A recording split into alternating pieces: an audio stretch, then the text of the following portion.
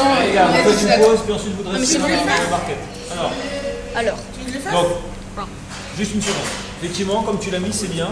Hein, le côté bombé tourné vers le client. Les clients étant juste en face de moi. Voilà. Donc on observe d'abord, avant de commencer, on observe bien son carré. Alors, comme je le disais tout à l'heure, vous avez beaucoup plus de chair, il est plus charnu de ce côté-là, qu'ici où les côtes sont un peu plus serrées.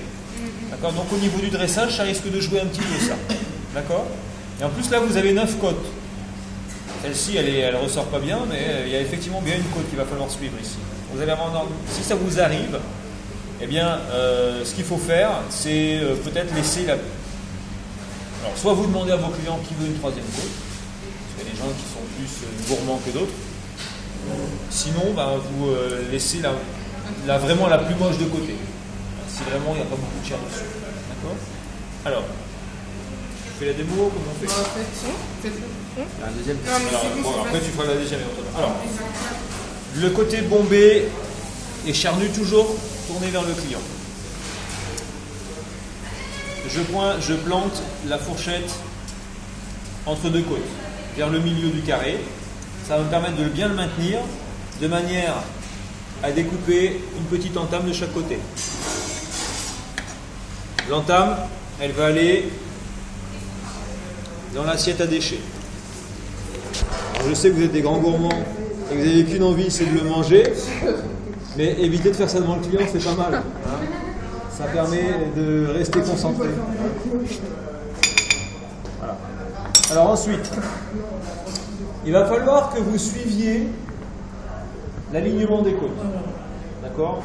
Donc le plus simple pour ça, comme il n'y a pas un espace très important entre les côtes, c'est de venir s'appuyer sur la droite de la première côte. D'accord? Et de commencer à trancher en maintenant la même épaisseur sur le devant et la même épaisseur sur l'arrière. D'accord? Donc pour ça, il faut avoir un coup de main suffisamment sûr. Il faut avoir l'œil aussi. Il faut regarder ce que ça donne devant et derrière. Voilà. Là, on a une épaisseur qui est à peu près 1 cm, 1 cm et demi, et qui est la même des deux côtés. D'accord? Et ensuite, on continue. Vous regardez devant, et de temps en temps, vous regardez derrière ce que ça donne. Si vous avez un bon couteau, ça va tout seul.